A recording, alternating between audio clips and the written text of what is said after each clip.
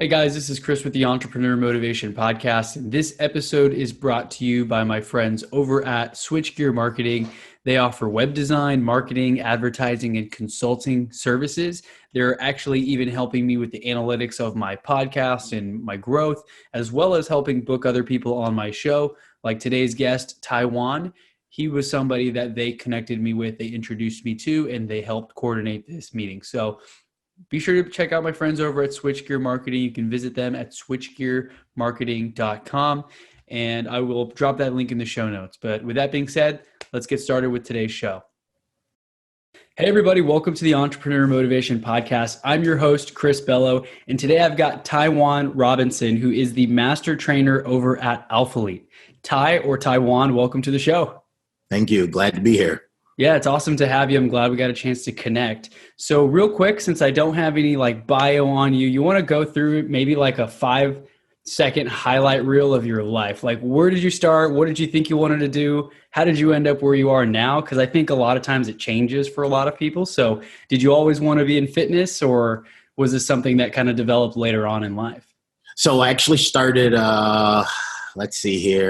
the machine world, CNC machining. Okay.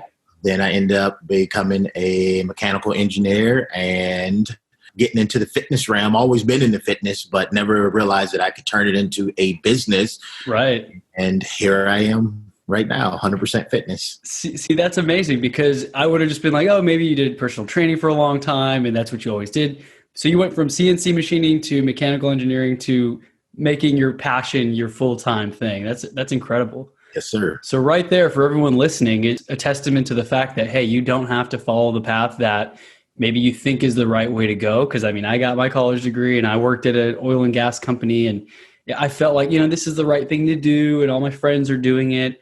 And now, of course, I work in real estate and have a podcast. And nice. It's funny how things change, right? It's like you change your LinkedIn profile to a podcaster or master trainer, from CNC machinist or mechanical engineer. People are probably like, what's he doing? Scratching their head a little bit. Awesome. True. So that's the 5-second story on where you got to where you are now. And how long have you been the master trainer over at Alphalete? Officially now for about year and a half, maybe. Okay. Awesome. And just like we were talking about before we hit record, I was saying hey, I know that's very entrepreneurial in that you're finding business, you're creating content, you're marketing. And so you're probably still figuring all those things out, what works, what doesn't work, how do I pitch them without being weird, So what has been one of your biggest learnings and takeaways for maybe growing your client base? Is there anything that you think stands out most for you? What's worked best? One, I think, being genuine, really understanding people and helping people target in on what they really want instead of what you think they should have. Right. And the biggest thing when it comes to because I worked for Lifetime Fitness, I was there for a while. And a lot of people, it's a great gym, but why a lot of people don't leave corporate gyms is because they can't figure out the marketing aspect. When you go on your own, how do you create a funnel of people that constantly come to you? And I kind of launched out on my own and kind of figured it out. Being at Alphalete, got a chance to see how a lot of the influencers did it, and being able to work with Christian Guzman, the owner, and really saw how to create a marketing funnel, which is what made the difference, to where I could begin to scale my business. Awesome. And for those listening or watching on YouTube, I think a lot of people would probably know what Alphalete is by now. If you haven't, if you look them up on YouTube or Instagram and Christian Guzman, it's insane the following that they've amassed and what you guys have done. I know you've contributed to that as well, representing the brand and going out there and building the client base. So it really is important to get around people who are doing things and are successful at what you want to do, because you learn through just, being there, exposure. You see the influencers going and making content and you're like, oh, what kind of camera are they using? How are they? Who's their camera person, right? Do they edit it, or are you sitting there editing it? And so you learn how to scale up and really make the most of your time. It's true. So in terms of your content and everything, I'm assuming, do you have a full-time videographer? Do you kind of, leverage some of the resources at the gym? So I started doing it my own self, Okay. had a camcorder, and one of the guys at the gym told me I needed to step up to a Sony Alpha. So I ended up purchasing a Sony camera. Actually, he let me use his for 3 days. And he said, and you were sold. think the quality of your camcorder is better than the camera, you'll let me know. And after 24 hours, I was sold. Yep. I played around with it on iMovie, editing my own videos. And then when I really got into marketing and wanted to really create a high polished video or 30-second commercial, as of recent, maybe about 5 months ago is when I hired a full-time videographer that kind of puts my videos together for me. That's awesome. I hear that's one big hire. A lot of people, apparently it's becoming more of like a, maybe not necessarily a college degree, but like an actual career is being a videographer, because a lot of people, like the Gary V model, right? You need someone following you around, creating content. Otherwise, it's very difficult to just do it yourself, edit it all, write the captions, make it nice, create the thumbnail. And so if you've got a dedicated resource, if you can afford that, and when you grow to that level, I think it changes the game a lot. And I'm trying to experiment with that too. I don't quite have a videographer for what I do, but I do have other people editing my content and videos and creating the thumbnails. And it helps you focus on being with your clients, because you're not sitting there trying to edit videos, right, for 4 hours a day. Yep. So what's been one of your biggest challenges that you've faced in the last couple of years? By far, as I said before, by far the biggest challenge was just creating a funnel of people. There's a saying that I kind of live by. I heard it said that you can have the greatest product in the world, but if nobody knows about it, what good does it do you? So that's true. Biggest thing was growing it, following, getting out there. I did a lot of networking in Houston, a lot of different parties, a lot of different events, a lot of different galas, a lot of different weddings, like different places. Met a lot of people, and word of mouth, until the point to where, social media platform began to grow. People trust you. They understood you. When they met you, say, hey, such and such, I heard about you from this person, or this person was talking about you. So that was the biggest challenge, is just creating that network of people. But now it's just like having fun with it. It comes pretty easily now. Yeah. And the beauty of that is referrals. Like I think I might've mentioned I'm in real estate right now. And if you do a good job with one client, they're going to send you 2 or 3 more, right? If you don't do a great job, or you kind of just like, once you get them as a client, you just, treat them with the bare minimum, They may not send you more business. And that is how you slowly start to grow. People trust you. You said trust. That's a huge word, because at first, when you don't have many posts on Instagram and you haven't posted in 3 years, the trust isn't really there. They're like, who are you? I mean, are you really legit at this? Yep. And as you network and you go around and you start to create content and you're consistent, that develops the trust to your clients and you attract more people, right? Mm-hmm. That's true. So what was your primary networking method? I know you said you went to a lot of events. Did you have people that you're like, I got to meet that person? Like, how do I get to them? Or did you just try to meet as many people as possible? So being Lifetime Fitness in Sugar Land, it's a big brown community in the area. Mm-hmm. So I took on a lot of clients immediately, and they started inviting me to weddings and parties. And that's kind of how like the networking like grew out so fast. Awesome. And then I started the marketing process, and then I would get invited to parties or galas that they would have. And it just kind of like took on a mind of its own and just like exploded out. And, here we are. Yeah. And that's actually a really great location too. Cause I mean, a lot of the members at Lifetime, I mean, they've got, good jobs, good families, like money, a lot of them, connections too. And like you said, I know that the brown community, I'm actually half Indian, but I've got a lot of like Indian friends, Pakistani friends. They are very tight knit communities. And I've also met people who do real estate or they sell insurance of some sort. And once they get like one person, man, that the word spreads and everyone refers you business, and your business can grow very quickly like that. So that's very awesome. I was very curious to hear, your networking. And I know it's a little different now with everything in 2020. It's like, oh, you're not really doing so many of those events, not as many people if there are. And so that's probably added a little bit of complexity, I'm sure. Yeah. And I saw some of your recent Instagram posts too. It's like training people with the masks on, and it's like 100 degrees in Houston, right? So that's kind of where it went to now, is more because with everything going on, in 2020 with COVID, creating more of an online presence. And then you have people that are uncomfortable that come into the gym right now. They don't want to be around a lot of people. So then I kind of dove into in-home training, which surprisingly that is doing very well. So, and I think that's the biggest thing about being an entrepreneur. You got to learn how to pivot and turn where you need to turn. Yes. Versus, I know a lot of trainers that kind of like almost went out of business. Some of them went completely out of business. COVID happened and they banned the coming to the gym, just for the fact they didn't know how to pivot and get into the space and, change what they did. So I would say that's been a benefit of doing this. As you know, I had to make a choice of doing something that I was uncomfortable with. And we see it. The children are now on laptops in school and, stuff is online. Amazon has shot through the roof. All of these online companies have just like really taken off. So, you had to pivot so you can continue to scale. So I'm pretty excited what the future holds, 2021, 2022, see what happens. But it's been a fun ride, man. Likewise. And I think a lot of people have talked about this, how with everything going on in 2020, it's kind of going to change the landscape quite a bit, because a lot of people who were hesitant, who maybe didn't use Amazon, older folks who didn't really create accounts, now they're doing it. They're realizing how awesome it is. And even for me, in real estate, it's like, oh, I got to go to someone's house and present and show them how I'm going to sell their house. And now I'm just doing Zoom calls. I'm talking to a client about listing a house, and that could be a $7,000 commission a month from now without even having to go to their house. So I'm like, in the comfort of my own home, I just took the dog out, it pops up in the microwave. It's super convenient, and people are loving that more. And even, our friend Farheed, he was like, should we set this thing up in person? And I was like, that sounds awesome, but like, it's, you're already going to be at your house. I'm going to be at mine. And it's just easier. We've got our own cameras. We don't have to get studio and lighting and setup. And even just yesterday, I talked to someone in Australia. I can't just, hey, you want to fly over here and let's get to my studio. So the way technology has been going so fast, it's like, this is kind of where the world's going.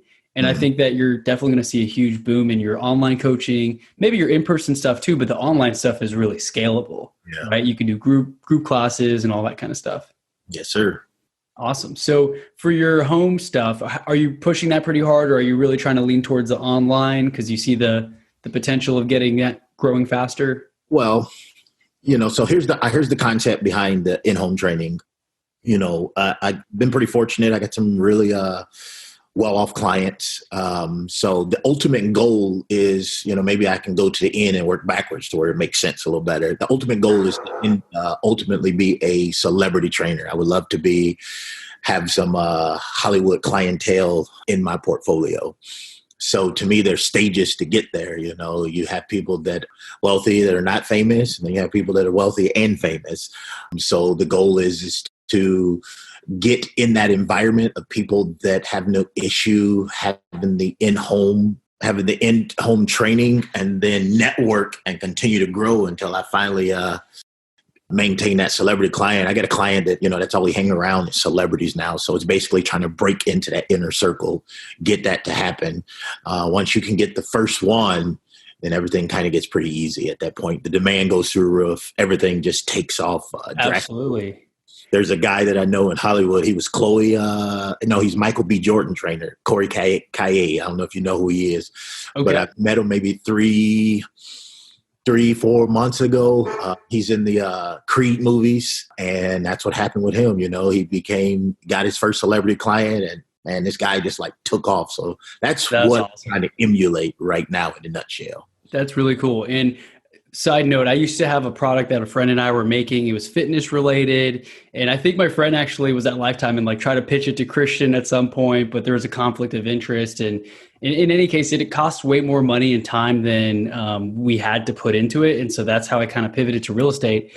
But one guy that we met, if you've heard of like Ron Boss Everline, I believe he goes by Boss. He's like a Kevin Hart's trainer, or at least one of them. Yeah. And I follow him on Instagram, and, my friend and I guess his dad knew some connection who introduced us, and he was in town. We showed him the product. He's like, it looks cool.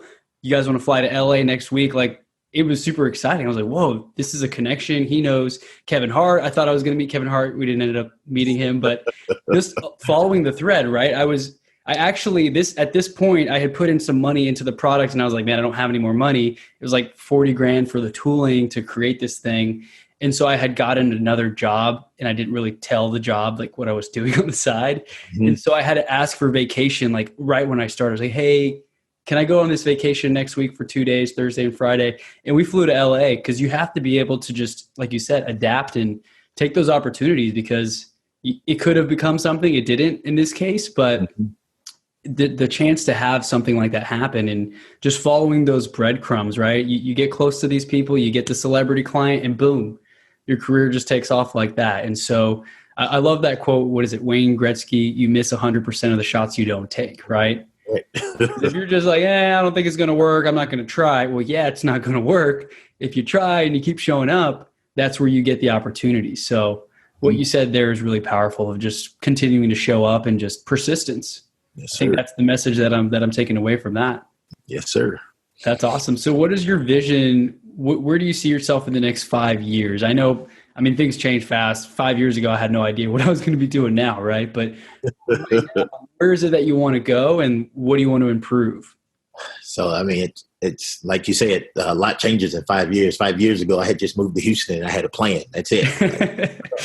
And we fast forward now, here I am. So where I'm at now, looking into the future, 5 years from now, at that point, I'm hoping that, I'm in that celebrity trainer circle. But ultimately, I want to have a massive online community, being able to train and work with people to the point to where I have to hire other trainers online to help me deal with, the clientele. I mean, because at the end of the day, like you only can train so many people in person.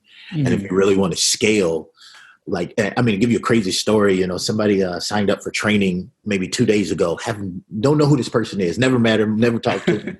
Just through your content, through your funnels. And I'm looking and I'm like, who is this? And I get on their Instagram and I look, I'm like, I have no idea who this person is. And it was a guy in California. And, I reached out to him. I was like, hey, thank you for signing up and yada, yada, glad to help you reach your goals. But how did you hear about me?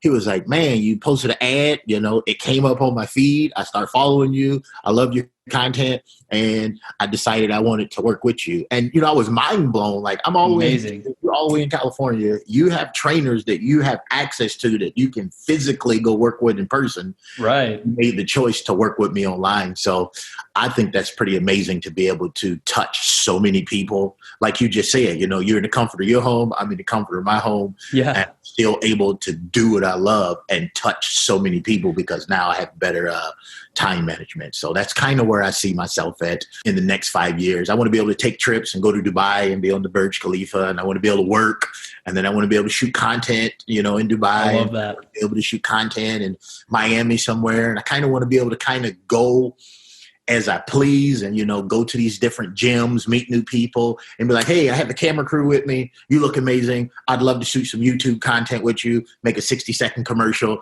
Let's make it happen. And then boom, just go with it. So that's kind of the ultimate goal of where I want to be at.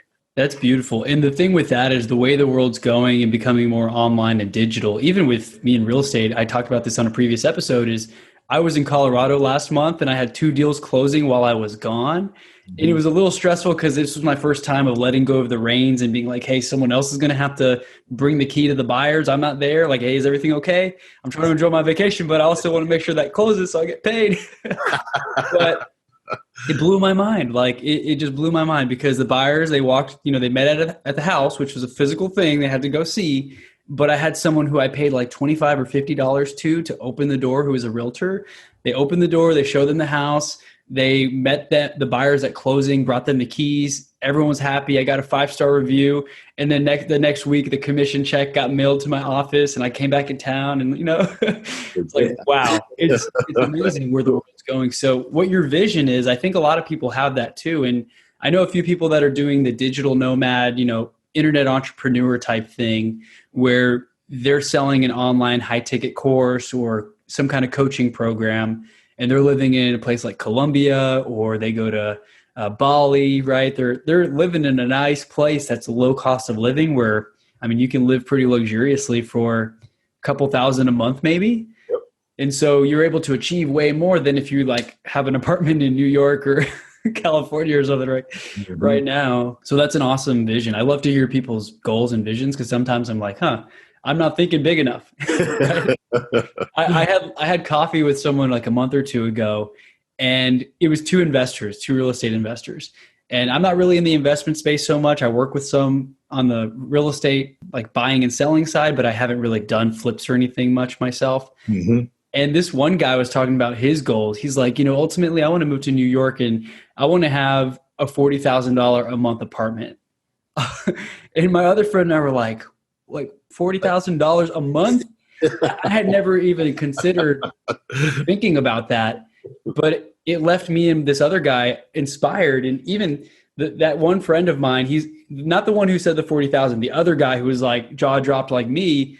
He's like, man, we need to go get coffee with Eric again because I need some motivation. I'm not thinking big enough. We're thinking like, okay, maybe we'll go to this trip to Hawaii, but we're not thinking like having so much money that you can just afford a penthouse. And there are people like that out there. And of course, we could talk about the money thing. Money doesn't make everyone happy and it's not the end all be all. But I mean, that's pretty cool to have those experiences. It is. Which is what money equals freedom and experience and all those things. So being able to separate yourself, I think you're definitely on the right track there of separating yourself from being the only trainer, right? Because like you said, you can only train so many people. Mm-hmm. You can't be there like 20 hours a day, sleeping 4 hours a night, right? That's not going to be very good for your body.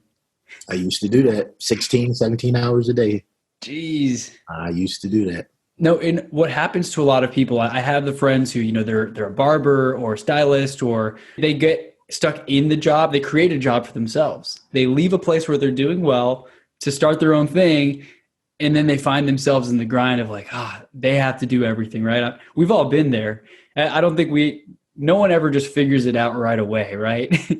You got to go through the struggle of like, man, this is burning me out. How do I make this better? Yeah, that's true. I think, that happened to me, especially when I first moved here. I was working 16, 17 hours, sometimes at Lifetime, Jeez. Home, 5 sleep. a.m. workouts. Yeah. Just nonstop. It was just a constant thing. And, I'm grateful for it because, allowed me to grow really quickly. It allowed me to meet a lot of people because I put a lot of time into it, but it also was burning me out. And, follow Warren Buffett. And one of the things he said is, if you don't learn how to make money and you sleep, you'll be working for the rest of your life, So it gave me a mindset shift of like, TaiWan, like you can't work like this for the next 15, 20, 30 years. You got to figure out how to leverage your time and still maximize, what you want to do. And that's how this like trainer thing online kind of like fell in my lap, and I was doing everything manually. And then I ended up, hiring a trainer at Alpha Elite, and he came in and he was doing online coach. That's how he started his business and built everything online, and in person was secondary, whereas my main was in person and online was secondary. So he showed me, TaiWan, you doing that the hard way. It's going to take you forever to do it. And he got me up to speed, and it started growing tremendously. So I'm in the process right now of leveraging most of my business online, and in person now becomes secondary. And the way to do that, and I'm doing that, is I make in person. I keep raising the price because I don't want people to do in person. And they keep doing it, but that's good. And they say, like a lady signed up today in person, and but I try to funnel people into online, and then do boot camps. Sometimes once a week, so they get that in person. I get to actually come and see you, interact with you, and deal with you. But I'm in the process of switching. I want 80, 90% of my business to be online, the other 10, 20% to be in person. I saw a quote from, I think it was on Gary Vee's page recently, where it's like, if you don't know what to do, just try something, like do something, right? So I think that's really important. Like what you did there, you just started doing something, you started working 15, 16-hour days that you were grateful for it, but you realized like, hey, this isn't what I want to be doing for 15, 20 years. How do I, not burn myself out and make this, work smarter, work hard, but also smart instead of just working hard? Mm-hmm. Because burnout, I mean, that's real. And you just start to feel it at the end of the week, and you don't get excited to wake up anymore and go to work, right? I had a few friends who they tried personal training, as a summer job or a little bit in college. And they told me it was rough, they'd have 5 a.m. workout, they'd be at the gym, client would cancel or run late, and then they couldn't really charge them. And the next one wouldn't be until maybe 7 a.m. And then you're kind of sitting in your car for 2 hours or right. So you know that struggle of like, okay, I can't leave yet. Let me maybe work out, wait for the next client. Maybe it's a no-show. Maybe they're late. That's frustrating for all of us, right? When you're waiting, I was sitting there on a Zoom call last night. I'm waiting for this buyer who's ready to buy a house, booked a call, sent him a text, sent him an email. I don't think I got stood up. I think he just forgot and didn't really check it.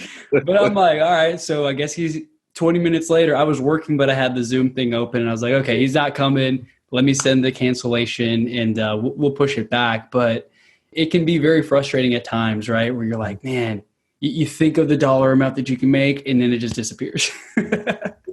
Been there. Yeah. So what's one of the things that you're working on improving right now? I know your content's getting better.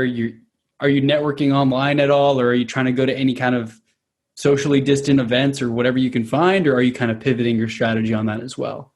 I'm trying to figure that out too. All my real estate networking events have kind of died down. They're all virtual.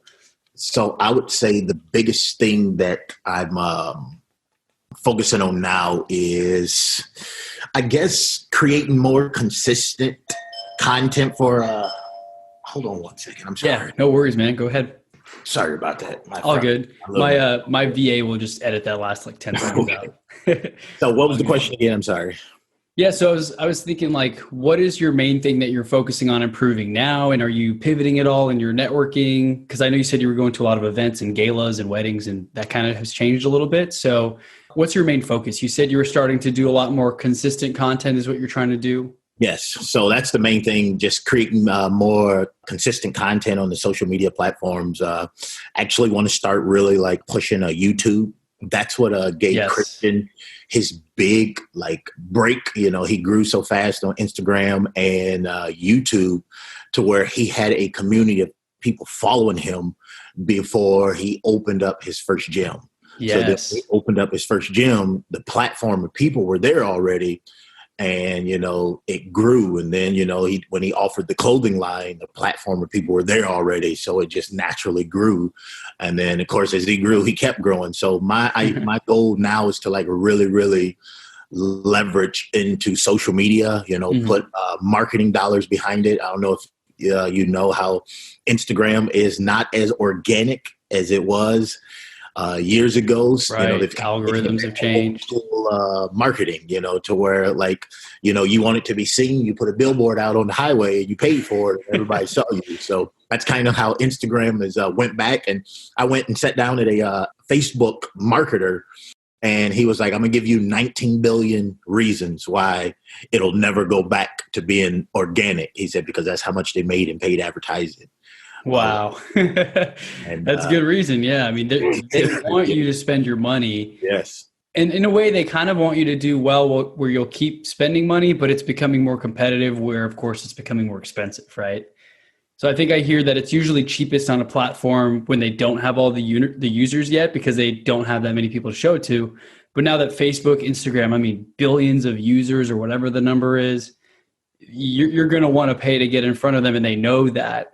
Yep, that's true. And that's how they make their money. So, you think about it. You take somebody like a Christian Guzman that, he became who he was on YouTube and Instagram. Yeah. And Instagram or YouTube didn't get a cut of that at all.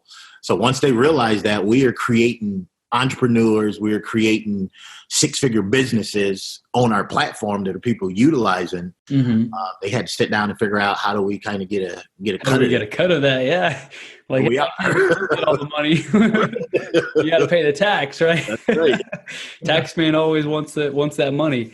Yes, that makes sense. So that's really cool. That's where I'm trying to focus now too. Like the camera with YouTube and podcast, because I first started on podcasts and it was cool. But then I was like, well, I could have it on another platform because we're already spending this time talking. If we just turn the cameras on, the videos can go on YouTube. Mm-hmm. And so I think Gary Vee kind of taught me that one too, is like, hey, create long form content, like a 1 hour conversation, and then chop it up, little bits and snippets for Instagram, optimize it for Facebook, create an ad.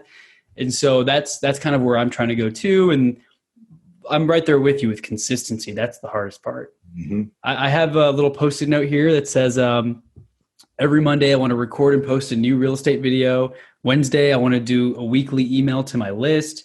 Friday, I want to record 3 podcasts, but it doesn't always happen, right? I'm trying to at least create some kind of consistency. Do you have like a content calendar right now, or are you kind of starting to create one? Okay, you have one? I'll tell you a short story. It's a gentleman I met at Lifetime. He works for Ernst & Young. And, okay. I forgot what he does, but he's very regimen orientated. And he asked me, he said, what are your goals? What do you want to accomplish? And he said, let me see your planner. And I thought that was odd. And he's like, you want to be on social media? You said, you want to be on YouTube? He said, let me see your planner. And I showed him. Got to be on the calendar. Yeah. Said, nothing that you said you want to do is in your calendar. He said, so you think you're just going to magically do it? And it was like such an eye-opening experience to me. He was like, if you don't make this a habit and a routine like you did working out, he said, this stuff is not going to magically happen. So that's when I start putting stuff in my planner, like 8 o'clock in the morning, post content, right. At 7 p.m. at night, create a 30-second video, edit it, and, put it up and get it ready for tomorrow. So once you do that, it becomes real. People talk about it a lot, but when you actually start implementing it and putting the plan together, that's when it becomes real. Everybody listening or watching, rewind this back 1 or 2 minutes, because that is pure gold. It's true. If it's not in your calendar, it doesn't really exist, because you're not going to magically like, I'm watching Ozark on Netflix. Like, let me just stop and make a 30-second video. That ain't happening. Netflix is starting the next episode in 3 seconds, and you're going to keep watching. Right? And I am speaking for myself here too. It's very addicting, and they're very good at what they do of like, let's watch one more. Okay, one more. So you've got to have it in your calendar, and even setting timers. I do that, right? It's like, hey, the next 30 minutes, I'm going to set a timer on my phone. I'm going to do this one task. And when the timer goes off, even if I'm not done or if I still want to do more, I need to move to the next thing, because otherwise that's late, and then you're late to the next thing. And it's just a domino effect, right? That's true.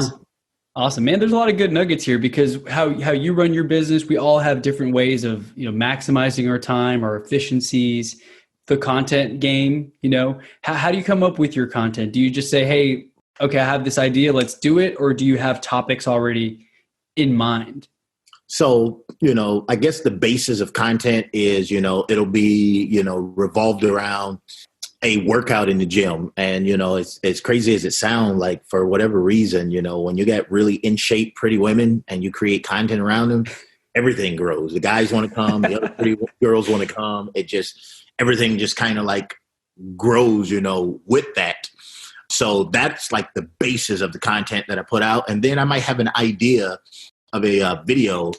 It could be a skit, it could be something funny, and I'll tell the videographer, hey, this is kind of what idea, and I'll kind of jot it down what I think it looks like and send it to them, and then we'll put it together. And as of lately, I've been working with a few businesses, and what I'm doing is like creating services for people at a discounted rate. So one of them is a dental place I just start working with, and given whoever I referred to the dentistry place, they're giving them a massive discount. So I'll create a commercial at their business and what they do, and then I'll put it out on social media. So those are kind of like the basis of where my content come from. I like to have something solid that I know I can do all the time, because it gives me a platform to kind of venture into other stuff, if that makes sense. Right. And I was just listening to a podcast before we started talking here, and it was talking about how you kind of find your voice. You're not really sure what you want to say at first. You might have ideas, but you never really put yourself out there, right? Even a friend who recently talked to me, he was like, hey, I just started insurance sales, and how did you get to where you are in real estate? And you got a podcast and you're making videos every day. Because the first time you turn your camera on and you make a video and it's just you're like, hey, my name's Chris. Like, it is funny to go back and watch that first video, right? I'm sure we're all kind of like, man, people are going to look at me weird. I think Christian's talked about it on his videos too. When he first started, is like, people look at me when I'm holding the camera, but I just stopped caring, because I know this is what I need to do to grow my following. And he's almost to 1 million subscribers or followers on YouTube now, which is amazing. Crazy. So it started with, being embarrassed holding the camera, walking around a parking lot when people are like, he kind of started that before people started. Now everyone's got the tripod and right. You see them talking to themselves at events and stuff. So it's become more normalized. Is there anything else that you think is important for entrepreneurs? Like so we can take it back to the entrepreneur conversation and growing the business, like any other takeaways you've found recently in your business that's been helping you? I mean, man, I would say the biggest thing, becoming being in the entrepreneurship field, I really like what Robert Kiyosaki said, rich dad, poor dad. He talked to his dad, his biological father, and his father told him, go to work, get a job, work for somebody. And his rich dad told him, he said, I'm going to teach you how to be an entrepreneur. He said, but my only requirement is I'm not going to pay you. He said, the moment I give you a paycheck, he said, you turn into an employee. Yes. And he said, as an entrepreneur, he said, in order for you to become successful, you have to understand money and you got to get creative so you can ultimately be successful, money wise. And, I sit and I listen to that. And, the biggest thing that I took from that is when you're entrepreneurship, you will, I don't know how many countless of hours I've given away free of my time. When you love what you do, right. It's a true saying. You will do it for free until you get to the point to where you figure out how can I do what I love and now it benefits me financially. And to me, there's no greater feeling in the world to be able to accomplish that and do it on a grand scale. Because when I go to work, it don't feel like work because I've done it for free so many times. It doesn't feel like work to me. It's just something that I love doing. And the byproduct is I get paid to do it. So that would be my biggest takeaway of being an entrepreneur. Kind of have that mindset. If you won't do it for free, you probably don't love it the way you think you love it. So I think that mindset there changes the game altogether. That is a huge, huge takeaway right there because, yeah, we all hear it. If you love what you do, you never work a day in your life. But if you've never really done that, you won't really understand, right? When you were doing CNC machining, I'm sure you were like, this is cool. It probably pays pretty well. But you're sitting there in front of that machine for 8 or 10 hour shift and you get a 30-minute lunch break. You wanted to do more than just that, right? And you might have gotten some benefits or this and that, but ultimately it wasn't what you wanted to do. And now, like how you said, you're willing to work for free. And that can be frustrating for those listening. They're probably like, man, I don't want to work for free. I want to start charging money right away. But when you didn't have the trust and you didn't have the followers, you had to start somewhere. So you had to start for free. And then when you get to that place, it's very beautiful where it's like, wow, I just got paid to do this thing that I was going to do anyway. It almost feels weird. Like I did a little bit of coaching and I felt bad, like taking money. I was like, hey, I like talking to people for free. Like, you don't have to pay me, but as you evolve, you start to say, okay, your time's more valuable. You're starting to charge more so you don't have as many in-person clients and people are still paying you. Yeah. Which is amazing because now you're kind of becoming you're growing to that level where people are like, okay, you're charging more. I still want access to you, but you're doing it in a way where you can scale up your online side. And that's a beautiful thing. Robert Kiyosaki, Rich Dad Poor Dad, great book.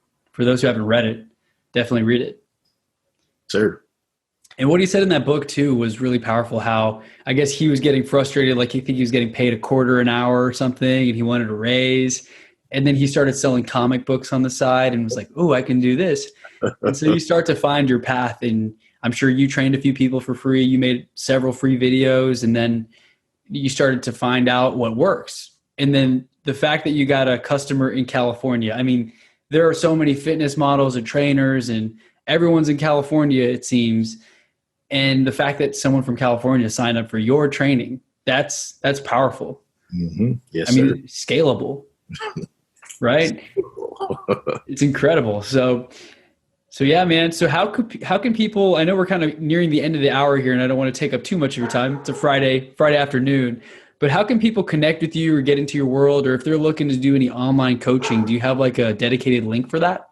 The best way to get in touch with me is Instagram, at TrueApex1.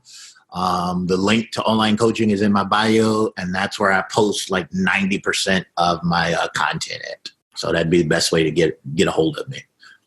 Awesome. Sorry, I just muted my mic. My dog's barking at someone at the front door. So I'm like, please stop barking.